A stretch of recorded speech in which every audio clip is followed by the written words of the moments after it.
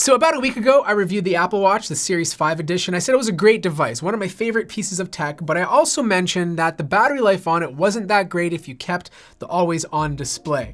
Then about a week after, Apple released an update to watchOS to 6.0.1, and that improved the battery life. Now, if you do leave the always-on display on, the battery life is still not as good as the Series 4.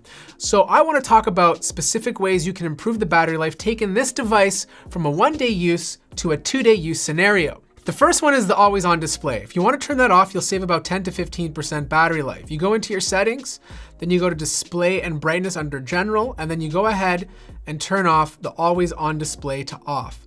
The next step is to reduce the brightness of the screen. You can put this all the way up to 100%, but because this is an OLED panel, it's already fairly bright.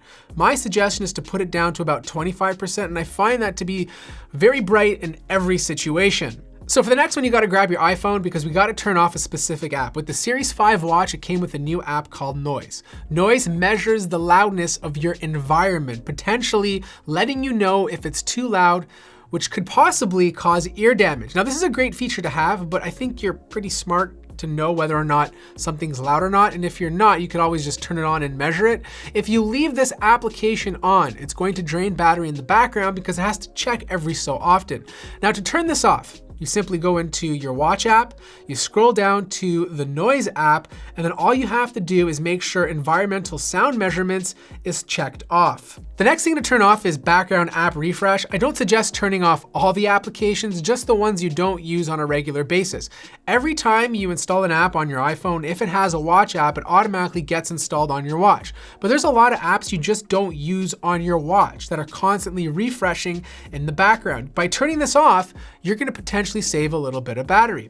Now, to turn this off, all you have to do is go into settings, then go to general, then select background app refresh. And then what you want to do is just keep scrolling down and select the apps you don't want to have background refresh on. So for example, like I don't need audiobooks to have background refresh. I don't like the breathe function. I find it kind of annoying. Others love it, like my mom, but I personally don't, so I turn that off.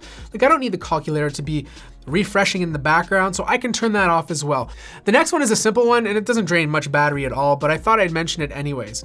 If you have an Apple Watch, it can vibrate and make a noise. I usually turn off the noise function because I find the haptics on this device to be so powerful that I just don't need it. To simply turn off the noise or ringtone or whatever you want to call it, swipe up from the bottom and make sure this little bell is on silent. The watch face also plays a very important role. The more colors you have on your watch face, the more battery that it's going to drain. And because this is OLED, ideally you want to select a watch face that has a black background. For example, this watch face right here will drain less battery than this watch face right here. So these are just a few things that I think most people would be okay doing to improve the battery life of their Apple Watch. I know there's tons of other things you can do too, like disabling the heart rate monitor, disabling Siri, turning off auto wake, and even leaving silent and do not disturb on. But I think at that point, you're missing the whole point of having an Apple Watch. I think with the suggestions that I mentioned, you can kind of play around with and figure out what kind of battery life you want from your brand new Apple Watch.